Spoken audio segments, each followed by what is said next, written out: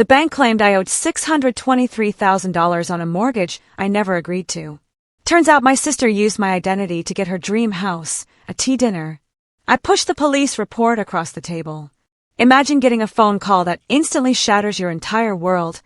A phone call telling you you're hundreds of thousands of dollars in debt for a house you've never even stepped foot in. Now, what if that house belonged to your own sister?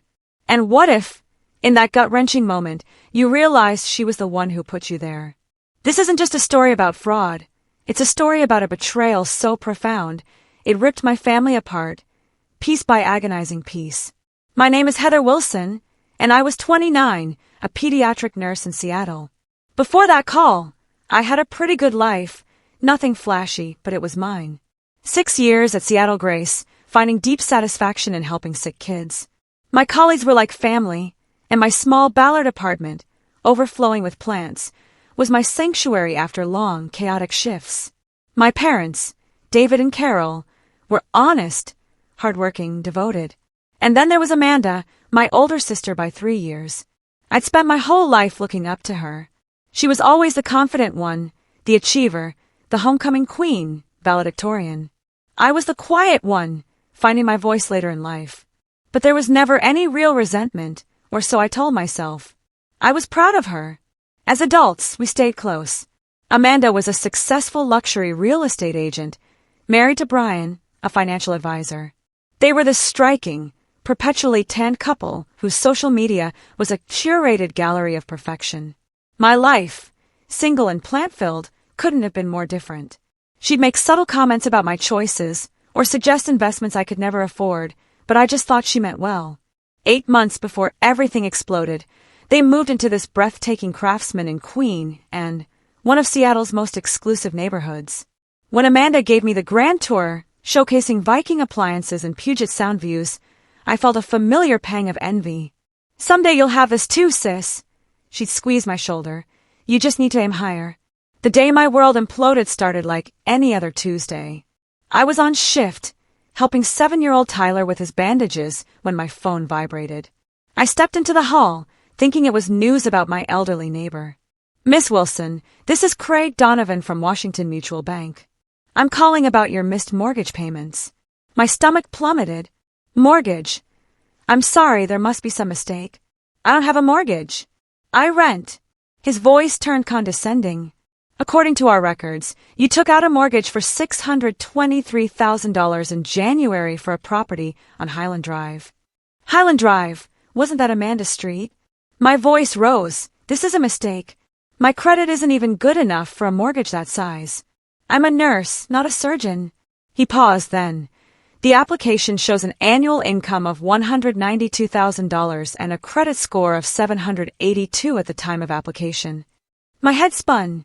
We argued for minutes before I agreed to come in after my shift. I went back to Tyler's room on autopilot, my mind screaming. Identity theft, but the address. At the bank, the manager, Richard Peterson, laid out a folder that made my blood run cold. Loan application, income verification, credit check authorization, closing papers, all bearing what looked like my signature. And there it was in black and white. The property address matched Amanda's new house. "Could I get copies?" I asked, my voice distant. Richard looked at me, his face serious. "Miss Wilson, if you didn't apply for this, you need to contact the police. This is identity theft and possibly fraud." I nodded numbly, but inside, a horrifying realization was taking root. It wasn't just any identity theft. My sister, my own sister, had stolen my identity to buy her dream house. The days that followed were a blur of anxiety, disbelief, and frantic investigation. I called in sick for the first time in 2 years, unable to focus on my patients when my own life was unraveling. My apartment, once my sanctuary, felt like a cage. This wasn't a mistake, it was deliberate. Someone had carefully forged my signature, provided my social security number, birth date, and employment history. Someone who knew me intimately. My first call was to Equifax. The representative was bored until I explained. Then, her tone shifted. "There are several accounts here that appear to have been opened in the past year. The mortgage is the largest, but there's also a home equity line of credit for $150,000.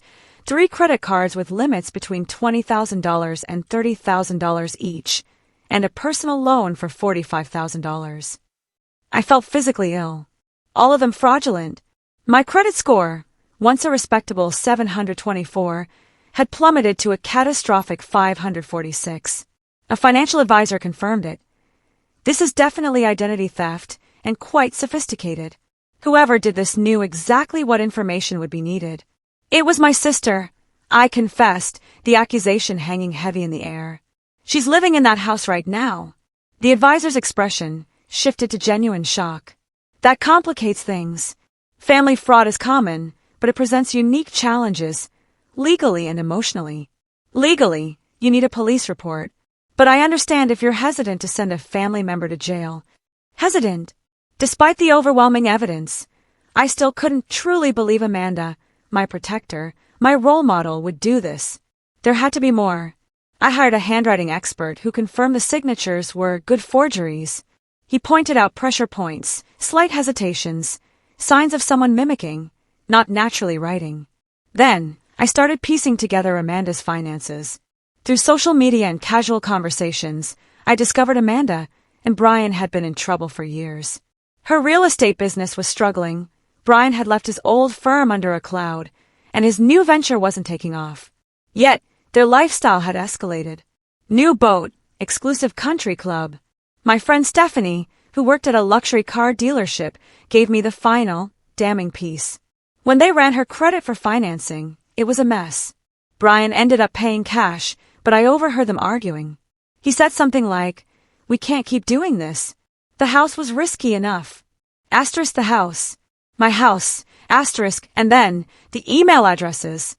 heatherwilson883@gmail.com instead of my real heatherwilson1993@gmail.com. Easy to miss, but clearly deliberate. Every new piece of information was like another crushing weight, making it harder to deny the truth. My sister, whom I trusted implicitly, had thrown me under the bus without a second thought. After a week of investigation, I couldn't avoid it any longer. With a heart that felt like solid lead, I drove to the Seattle Police Department's Financial Crimes Unit to file a report. The office was nothing like TV, fluorescent lights, outdated furniture. I sat for an hour, clutching my folder of evidence, until Detective Rachel Thompson called me back. "I understand you're here to report identity theft." "Yes," I said, my voice barely a whisper. "By my sister." A flicker of surprise, then professional composure. "That's unfortunately more common than you might think. Tell me everything." For 2 hours, I laid it all out.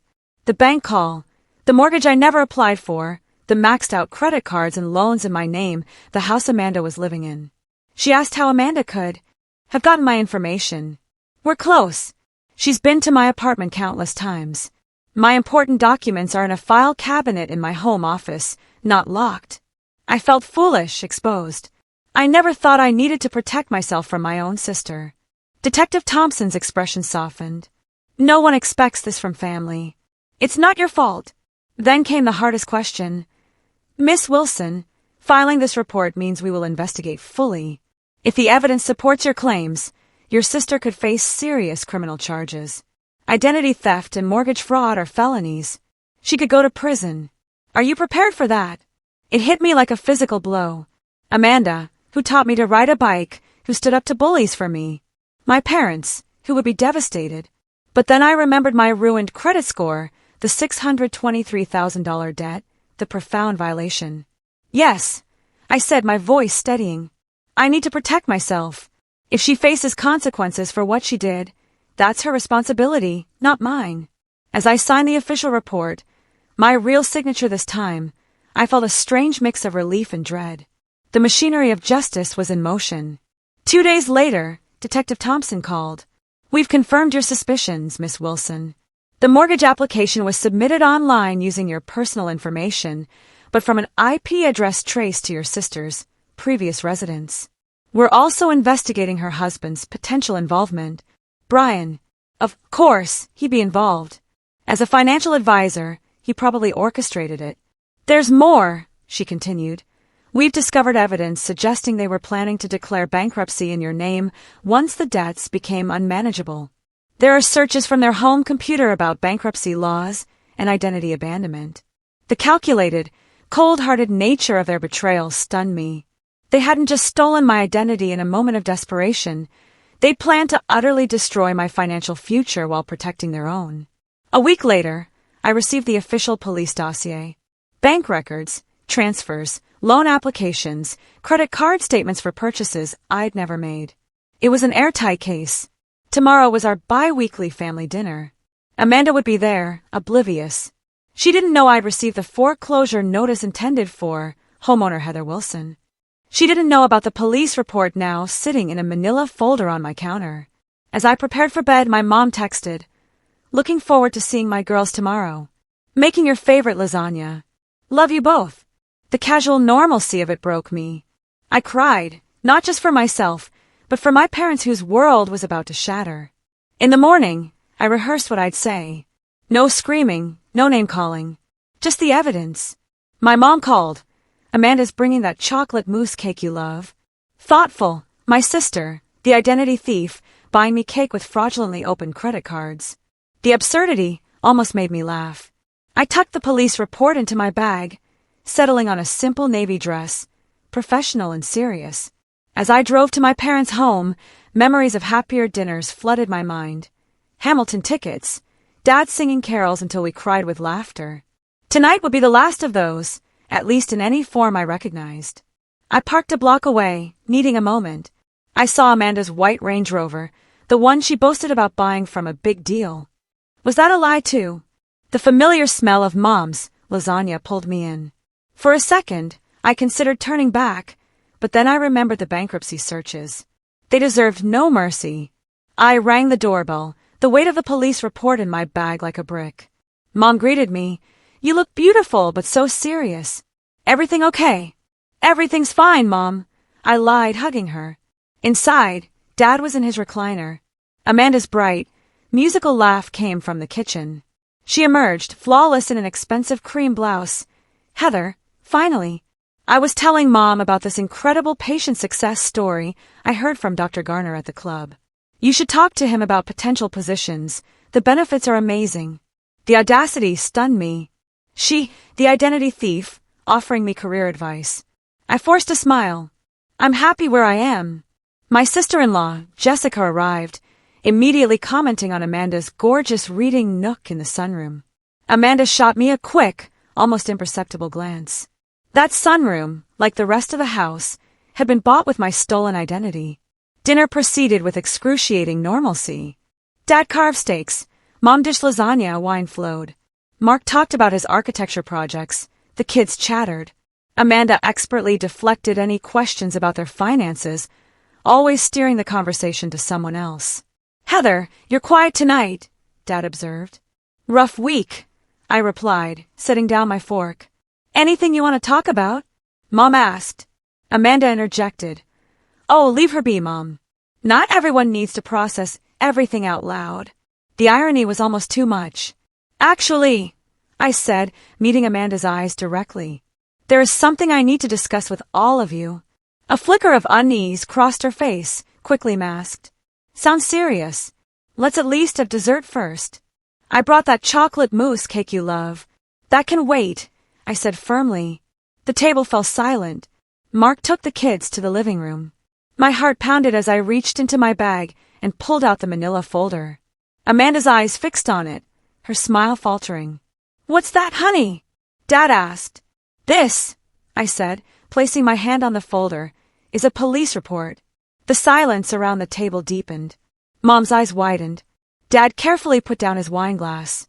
Brian, who had been quiet, suddenly looked alert.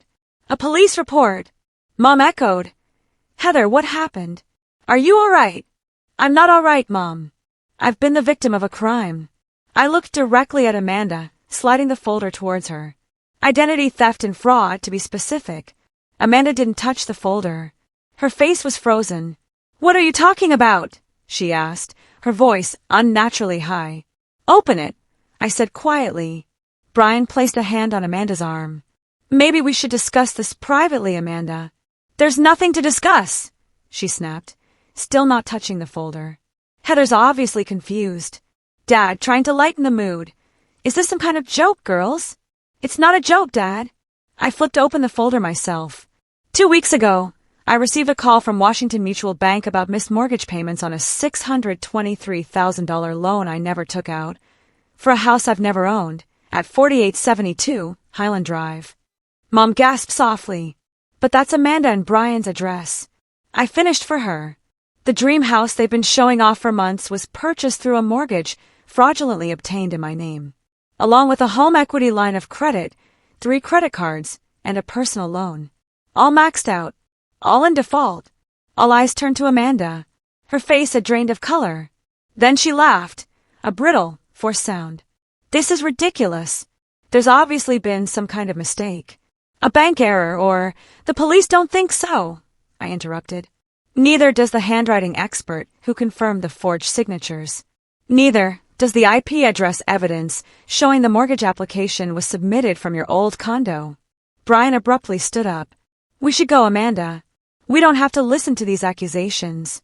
Dad's voice, deep and trembling with anger, boomed. Sit down, Brian. Both of you need to explain what the hell is going on. Amanda's demeanor shifted. The deer-in-headlights look vanished, replaced by cold calculation. Fine. You want an explanation? We hit a rough patch. Brian's firm collapsed.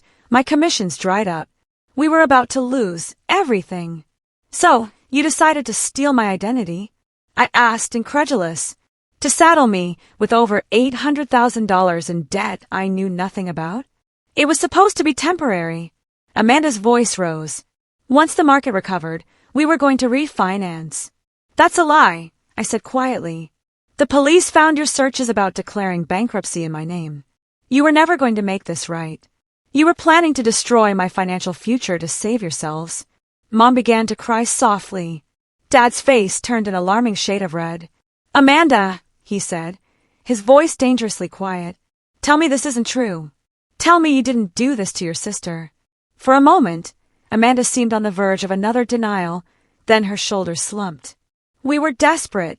You don't understand what it's like having achieved a certain lifestyle, a certain status, and then watching it all slip away. I was counting on you to be my sister, I said, my voice breaking. To love me, not betray me. Brian suddenly turned on Amanda. I told you this would blow up in our faces. I told you we should have found another way. There was no other way. Amanda shouted back. Your brilliant investment strategies lost us everything. What was I supposed to do? Not commit felony fraud using your sister's identity. Brian retorted. Do you have any idea what this means? We could go to prison, Amanda. My parents watched this exchange in stunned silence. Then Dad stood up, his hand shaking. Get out, both of you. Get out of my house. Dad, please, Amanda began, tears filling her eyes. You have to understand. I understand perfectly, he cut her off. You stole from your sister. You lied to all of us. You were willing to destroy Heather's life to maintain your facade. I don't even recognize you anymore. Mom, still crying, looked at Amanda with utter devastation. How could you do this after everything we taught you about honesty, about family? What happened to you, Amanda? Nothing happened to me, Mom. Amanda snapped, a hint of defiance returning. I just refuse to fail. Unlike the rest of this family, I have ambition. I have standards. Do you think I wanted to end up like Heather, living in a tiny apartment with plants as my only companions? The casual cruelty of her words stunned me into silence. Is that what you really think of my life? You could have had more, Amanda said bitterly. You're smart enough, but you've always settled for less. Honestly, it's not like you were even using your good credit score for anything important. Brian grabbed her arm. Enough, Amanda. We're leaving now. He turned to me, his expression a mixture of anger and fear. This isn't over, Heather. You have no idea what you've done by filing that report. I know exactly what I've done, I replied steadily. I've protected myself from criminals. That's what you both are, criminals, and now you'll face the consequences. As they gathered their things, Mom called after Amanda. The police, will they arrest you? Amanda paused at the door. Her mask slipped, and I saw genuine fear in her eyes. I don't know, Mom. Probably. After they left, the three of us, Mom, Dad, and I, sat in stunned silence. Dad poured another glass of wine, his hand still shaking. Mom wiped her tears, looking suddenly years older. I should have seen it, she whispered. All those extravagant purchases, the house we knew they couldn't afford. I just thought they were irresponsible, not this. None of us saw it, Mom, I said, reaching for her hand. I never imagined Amanda capable of something like this. Dad looked at the police report. What happens now? The debts. The district attorney will decide on charges, I explained. Detective Thompson thinks it's almost certain. And the debts? I'm working with the banks. It's a long process, but the police report helps. We sat for hours, processing the shock, the betrayal, the shattered future. My brother Mark returned, and when we told him, his initial disbelief turned to a quiet rage. I'll testify against her if needed, he said fiercely. What she did to you is unforgivable. Driving home that night, I felt hollowed out, as if something essential had been scooped from my chest. There was no satisfaction, only grief for the sister I thought I knew, and the family that would never be the same. The immediate aftermath felt like a television drama I was somehow starring in without auditioning. 3 days after the confrontation, Detective Thompson called. Arrest warrants had been issued. Amanda and Brian were taken into custody at their home, my home, according to the fraudulent mortgage, and charged with multiple felonies. Their arrests made local news. Prominent Seattle realtor and financial advisor charged in identity theft scheme, read the headlines. My phone buzzed constantly, but I turned it off, unable to face the well-meaning but intrusive questions. My parents retreated into a shell of shock and humiliation. Dad stopped golfing. Mom took a leave from teaching. Their social circle, built over decades, now felt threatening. Everyone must be talking about us, Mom said, her hair unstyled, face bare, wondering where we went wrong with Amanda. You didn't go wrong, I assured her, though I wondered the same thing. The pressure to drop the charges began, subtly at first, then more insistent. She made a terrible mistake, honey, Mom pleaded, but she's still your sister. Couldn't you ask the DA to reduce the charges?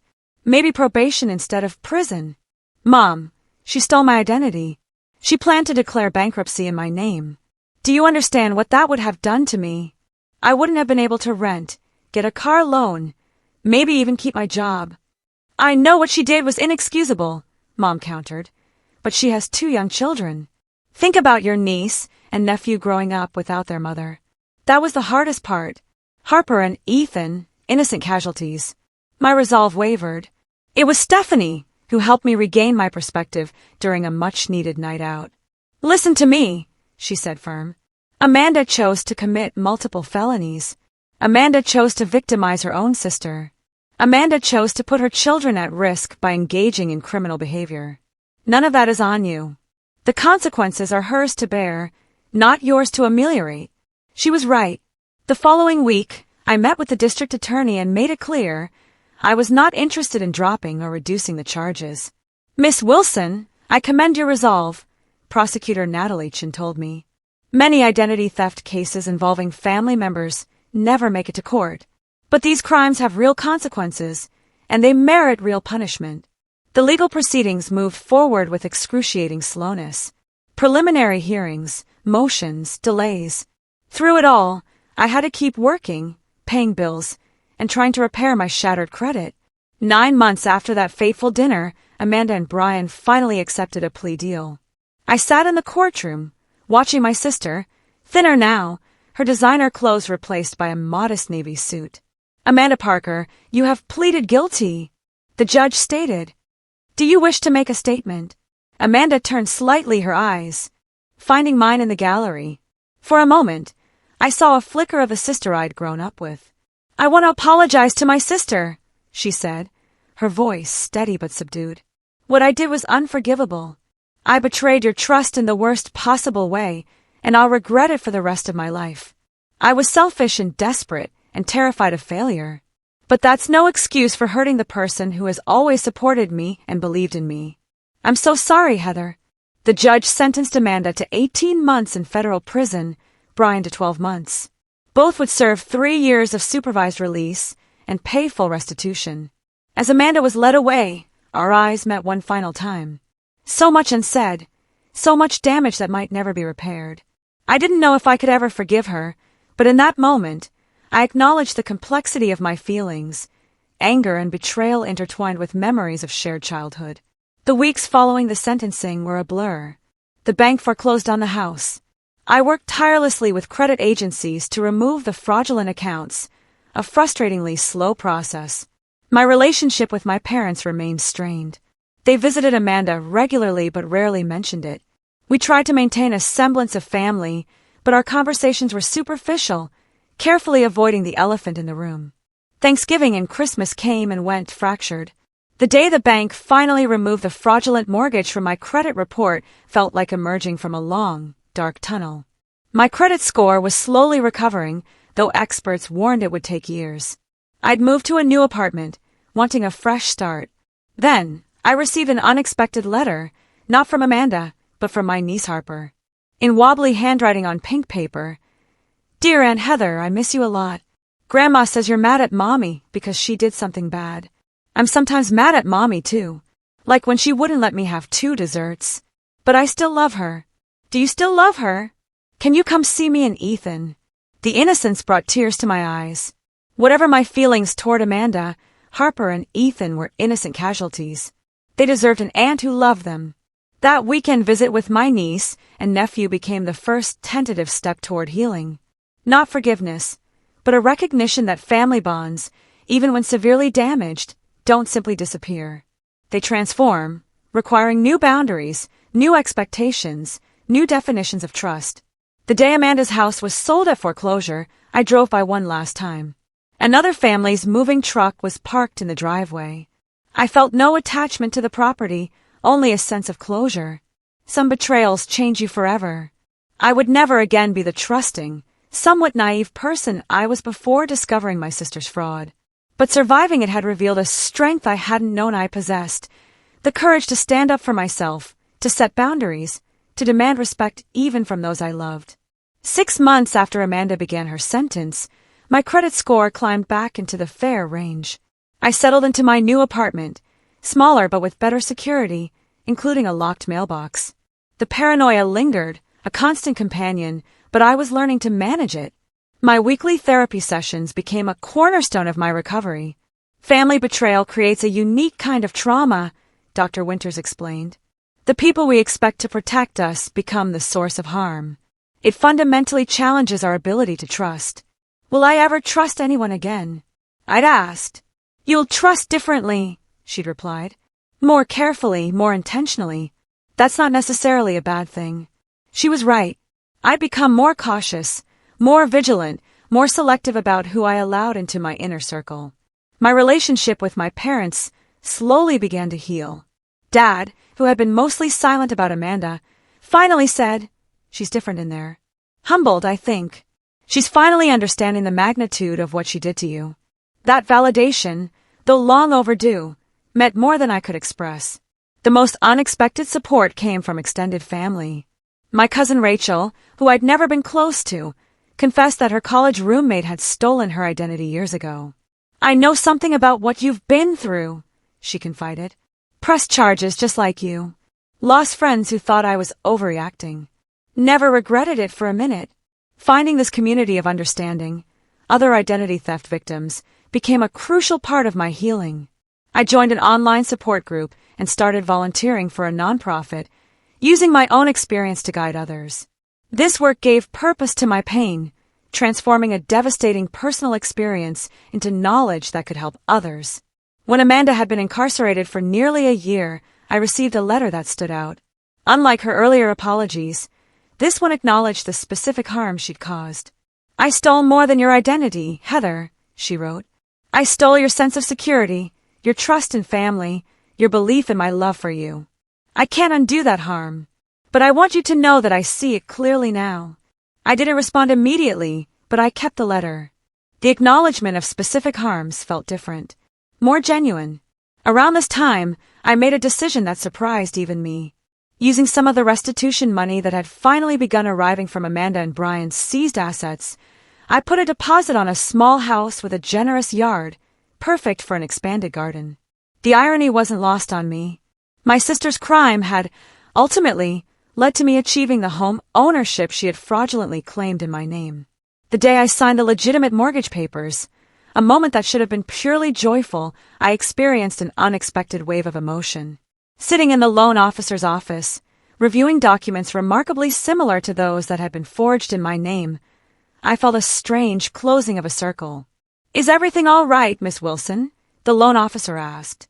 "Yes," I said, signing my actual name to a loan I had chosen for a house I could afford. "Everything is fine.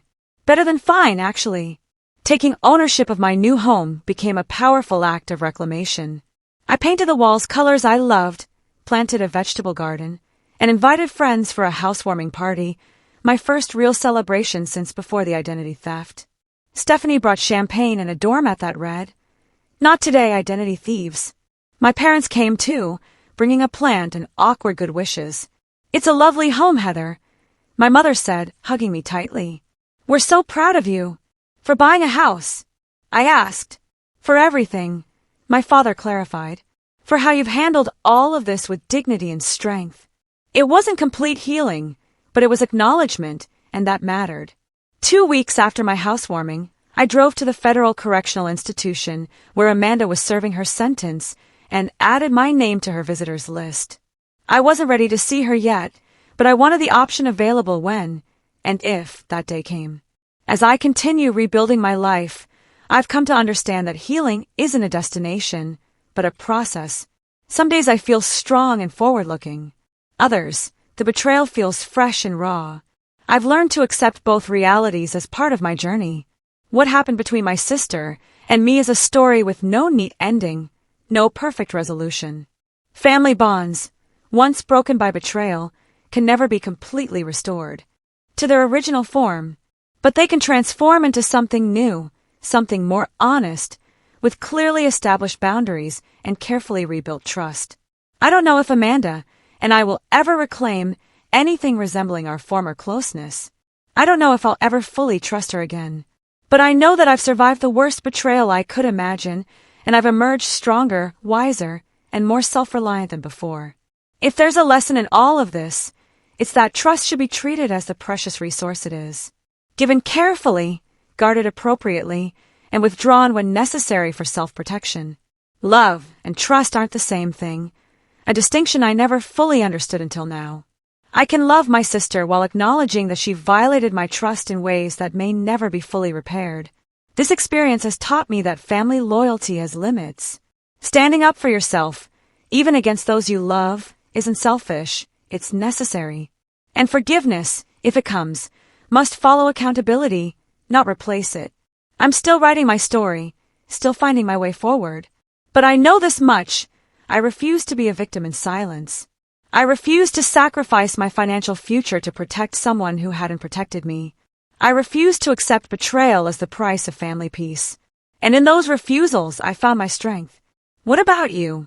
Have you ever experienced betrayal from someone you trusted completely? How did you handle it? And what boundaries did you establish afterward? I'd love to hear your stories in the comments below. If this account has helped you feel less alone in your own experience of family betrayal, please consider giving it a like and subscribing to my channel for more real-life stories of resilience and recovery. Thank you for listening, and remember, protecting yourself isn't selfish. It's necessary for survival and eventual healing.